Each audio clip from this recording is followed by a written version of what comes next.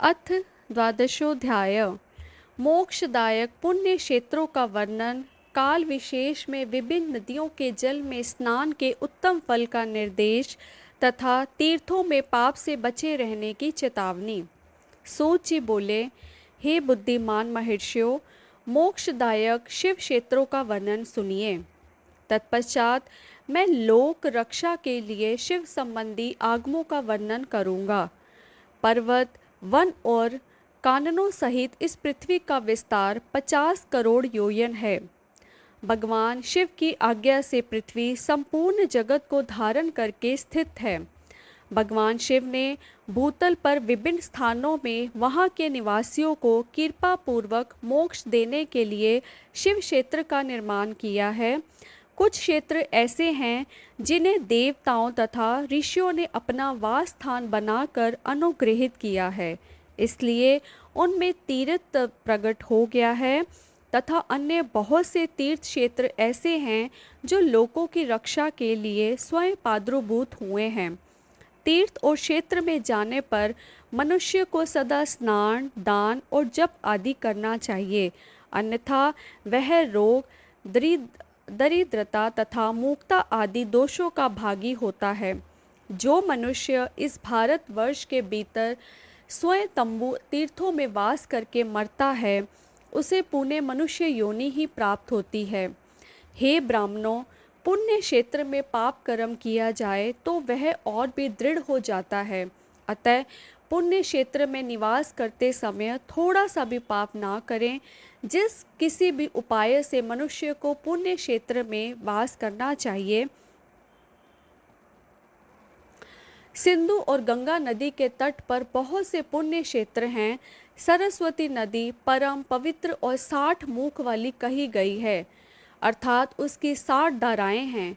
जो विद्वान पुरुष सरस्वती की उन धाराओं के तट पर निवास करता है, वह क्रमशः ब्रह्म पद को पा लेता है। हिमालय पर्वत से निकली हुई पुण्य सलीला गंगा 100 मुख वाली नदी है।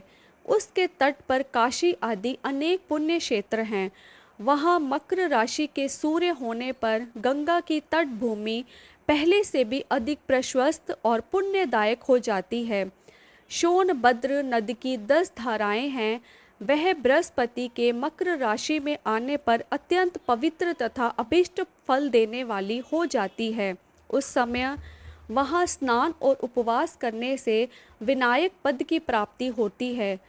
पुण्य सलीला महानदी नर्मदा के 24 मुख्य स्रोत हैं। उनमें स्नान तथा उसके तट पर निवास करने से मनुष्य को वैष्णव पद की प्राप्ति होती है। तमसा नदी के 12 तथा रेवा के 10 मुख हैं। परम पुण्य में गोदावरी के 21 मुख बताए गए हैं। वह ब्रह्म हत्या अथवा गोवध के पाप का भी नाश करने वाली एवं रुद्रलोक देने वाली है। कृष्णवेणी नदी का जल बड़ा पवित्र है। वह नदी समस्त पापों का नाश करने वाली है। उसके 18 मुख बताए गए हैं तथा वह विष्णु लोक प्रदान करने वाली है। तुंगभद्रा के 10 मुख हैं। वह ब्रह्म लोक देने वाली है। पुण्य सलीला सुवर्ण मुखरी के 9 मुख कहे गए हैं।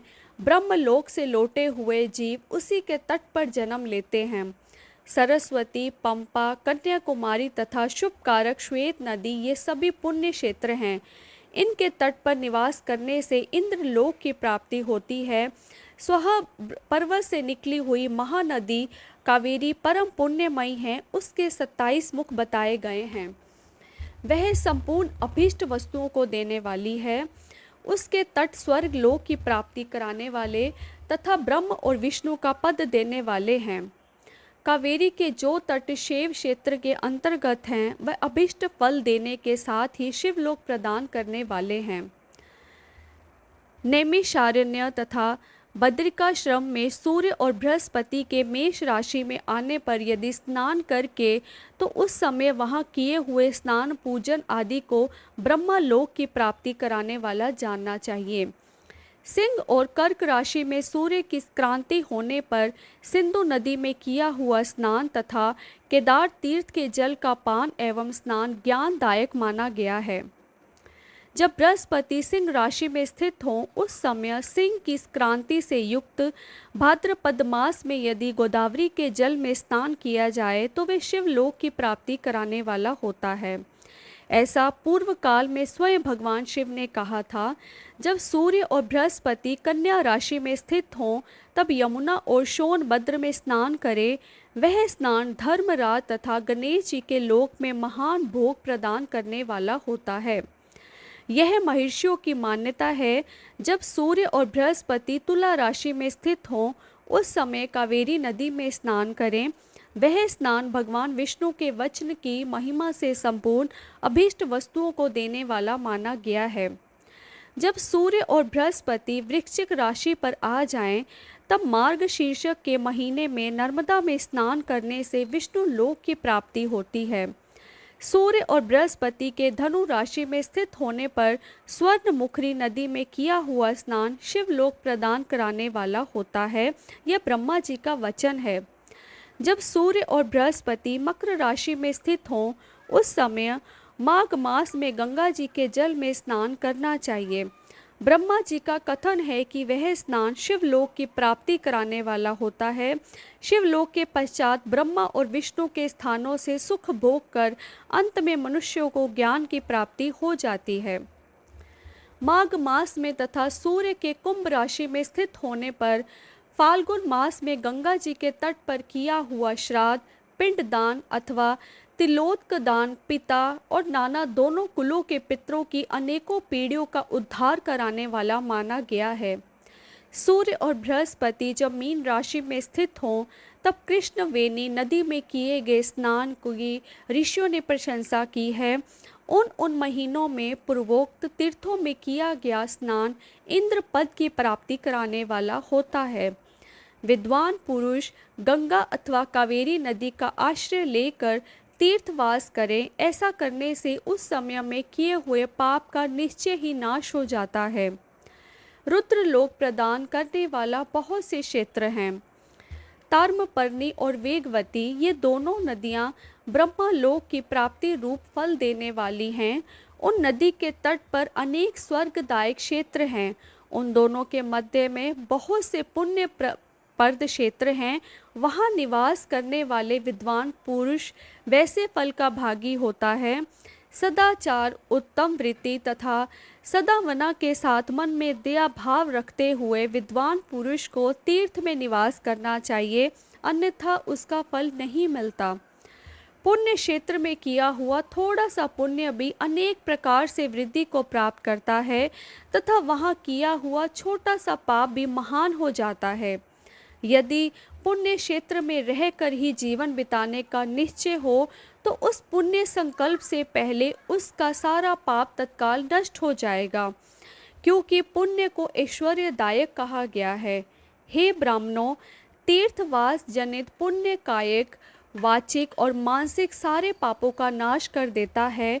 तीर्थ में किया हुआ मानसिक पाप वज्र लेप हो जाता है, वह कई कल्पों तक पीछा नहीं छोड़ता है। वैसा पाप केवल ध्यान से ही नष्ट होता है, अन्यथा नष्ट नहीं होता।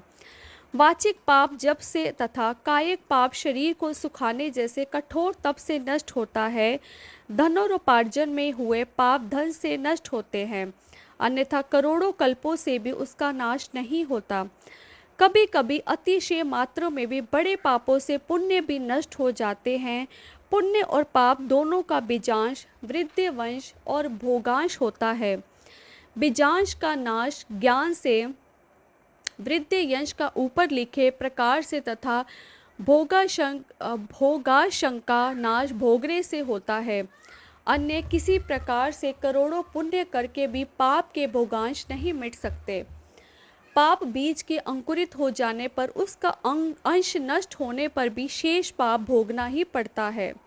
देवताओं की पूजा, ब्राह्मणों को दान तथा अधिक तप करने से समय पाकर पाप भोग मनुष्यों के सहने योग्य हो जाते हैं। इसलिए सुख चाहने वाले व्यक्ति को पापों से बचकर ही तीर्थवास करना चाहिए। इति श्री शिव महापुराणे प्रथमायां विदेश्वर संहितायां शिव क्षेत्र वर्णनम नाम द्वादशोऽध्याय। इस प्रकार श्री शिव महापुराण के अंतर्गत प्रथम विदेश्वर संहिता में शिव क्षेत्र का वर्णन नामक 12वां अध्याय पूर्ण हुआ।